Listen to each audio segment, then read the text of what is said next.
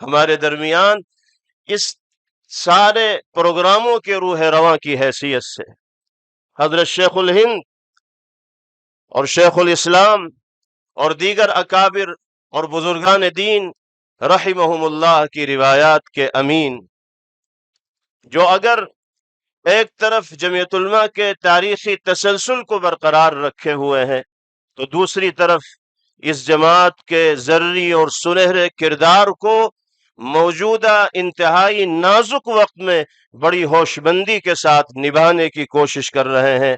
آپ جانتے ہیں کہ میری مراد کون سی شخصیت سے ہے، وہ ایک باشعور صاحب بصیرت قائد کی حیثیت سے متعارف ہے، ملی اور بین الاقوامی اور ملکی حالات پر گہری نگاہ رکھنے والی شخصیت ہے۔ ان کے فیصلے دور اندیشی کے اوپر مبنی ہوتے ہیں۔ ایسے نازک وقت میں جمعیت علماء کے توسط سے انہوں نے اسلامیہ نے ہند کو آواز دی ہے، اور ہم سب نے لبیک کہتے ہوئے اپنے عزم کا اور ارادے کا اظہار کیا ہے۔ میری مراد آج کے اس عظیم الشان اجلاس عام کے صدر محترم جمعیت علماء ہند کے صدر باوقار حضرت فدائے ملت مولانا سید اسد مدنی نور اللہ مرقدہ کے سچے جانشین حضرت شیخ الہند و شیخ الاسلام رحمہم اللہ کی روایات کے سچے امین و پاسدار حضرت اقدس مولانا سید محمود اسعد مدنی دامت برکاتہم العالیہ ہیں۔ میں حضرت صدر محترم دامت برکاتہم سے گزارش کروں گا کہ آپ اس مجمع کے دل کی آواز ہیں، اسلامیہ نے ہند کے دلوں کی دھڑکن ہے۔ یہ مجمع ہی نہیں بلکہ اس اسٹیج کے توسط سے ساری دنیا کے مسلمان آپ کے خطاب کو سننے کے لیے منتظر ہیں۔ آپ تشریف لائیے اور ہم سب کی رہنمائی فرمائیے۔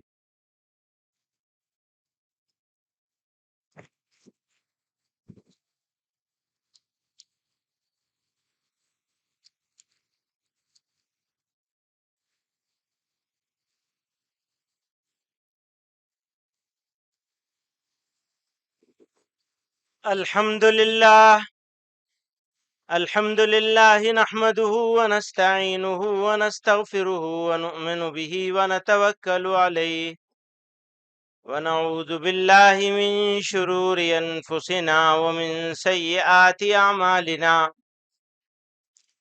من يهده الله فلا مضل له ومن يضلل فلا هادي له، ونشهد أن لا إله إلا الله وحده لا شريك له، ونشهد أن سيدنا ومولانا محمدا عبده ورسوله صلى الله تعالى عليه وعلى آله وصحبه وبارك وسلم۔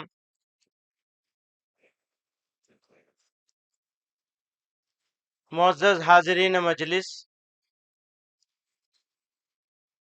جمعیت علماء ہند کے اس 34ویں اجلاس عام میں ملک بھر سے تشریف لائے ہوئے جمعیت علماء کے فعال، متحرک اور ذمہ دار کارکنان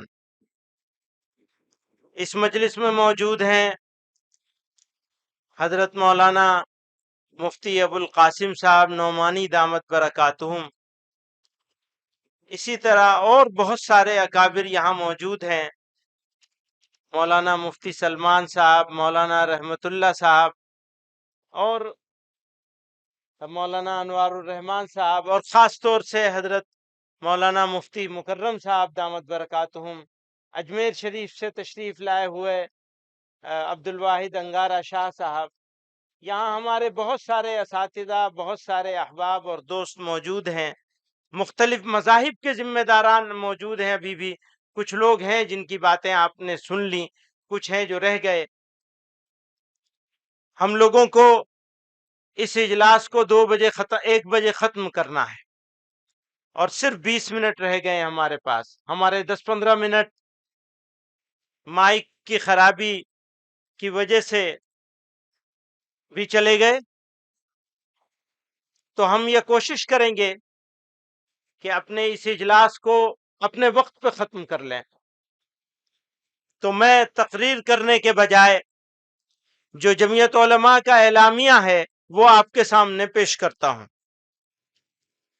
اس کا عنوان رکھا ہے ملک و ملت کے نام پیغام، جمعیت علماء ہند مذہبی منافرت اور فرقہ واریت کو پورے ملک کے لیے عظیم نقصان تصور کرتی ہے، جو کہ وطن کی سالمیت کے لیے سخت خطرہ ہے اور ہماری دیرینہ وراثت سے ہرگز میل نہیں کھاتی۔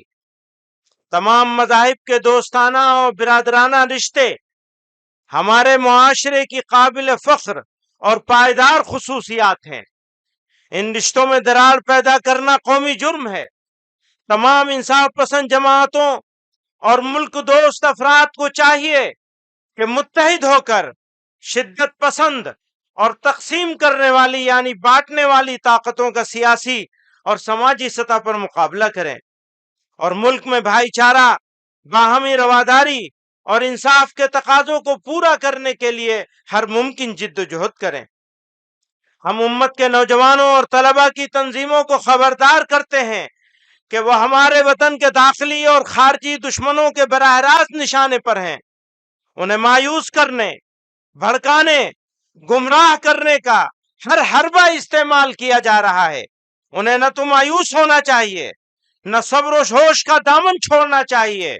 جو نام نہاد تنظیمیں اسلام کے نام پر جہاد کے حوالے سے انتہا پسندی اور تشدد کا پرچار کرتی ہیں، وہ نہ ملک کے مفاد کے اعتبار سے اور نہ ہی مذہب اسلام کے روح سے ہمارے تعاون اور حمایت کی حقدار ہیں۔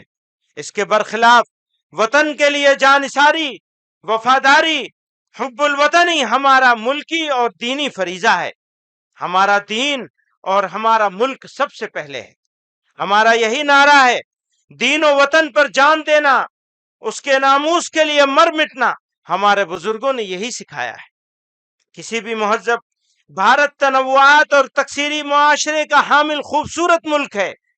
اس کی خصوصیات میں سے بڑی خصوصیات تمام افکار و اعمال اور مراسم کے حامل لوگوں کو اپنی مرضی کی زندگی گزارنے اور نظریے پر چلنے کی آزادی ہے۔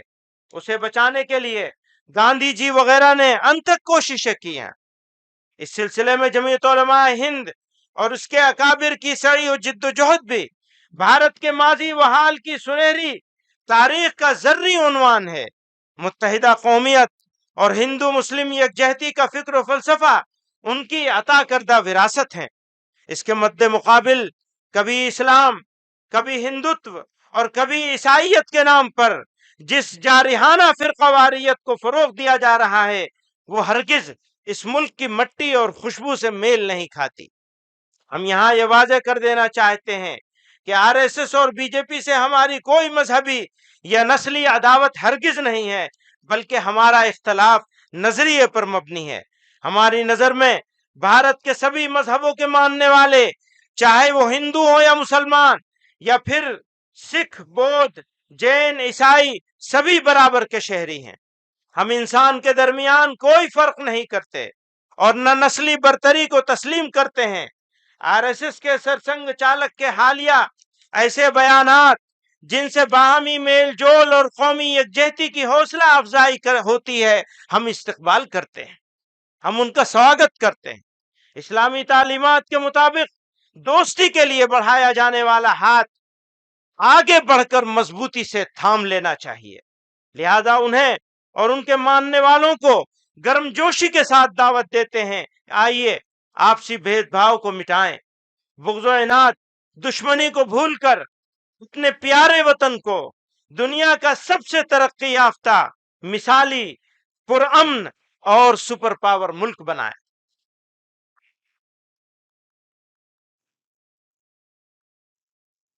اسلام کی واضح تعلیمات نسلی مساوات اور نسلی عدم تفریق پر مبنی ہیں۔ اسلام کی واضح تعلیمات مساوات اور نسلی عدم تفریق پر مبنی ہیں، لیکن اس کے باوجود مسلمانوں میں پسماندہ برادریوں کا وجود زمینی حقیقت ہے۔ اس میں کوئی شک نہیں کہ پسماندہ برادریوں کے ساتھ امتیازی سلوک مذہبی، اخلاقی اور انسانی نقطہ نظر سے قابل مذمت ہے۔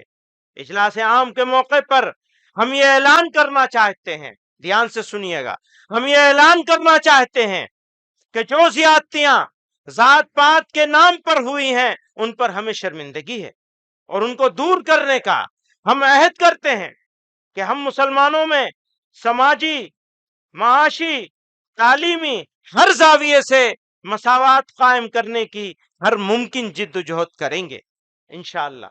پسماندہ برادریوں کو ترقی دینے کے لیے سرکار نے ابھی حال میں جو بیان دیا ہے اس کے لیے ہم ان کو مبارکباد دیتے ہیں اور امید کرتے ہیں کہ ان کی فلاح و بہبود کے لیے جلد عملی اقدامات کیے جائیں گے۔ معاشی ابتری، مہنگائی اور بے روزگاری ہمارے ملک کے لیے سب سے بڑا چیلنج ہے۔ غریبی اور بے روزگاری کی موجودہ شرح کو دیکھتے ہوئے ہماری ترقی کے تمام دعوے جھوٹے اور کھوکھلے ہیں۔ سپر پاور بننے کا ہمارا خواب اس وقت تک شرمندہ تعبیر نہیں ہو سکتا جب تک کہ ہم ملک کے تمام طبقات کو روزی روٹی مہیا کرانے کے قابل نہ ہو جائیں۔ اقلیتوں اور خاص کر مسلمانوں کی اقتصادی اور تعلیمی پسماندگی کو نظر انداز کر کے ملک ہرگز ترقی نہیں کر سکتا۔ ہم مسلمانوں سے اپیل کرتے ہیں کہ وہ عورتوں کے حقوق کے تحفظ اور ان کے ساتھ منصفانہ برتاؤ کے لیے اسلامی شریعت کے مقرر کردہ کوڈ کو عملی طور پر نافذ کریں۔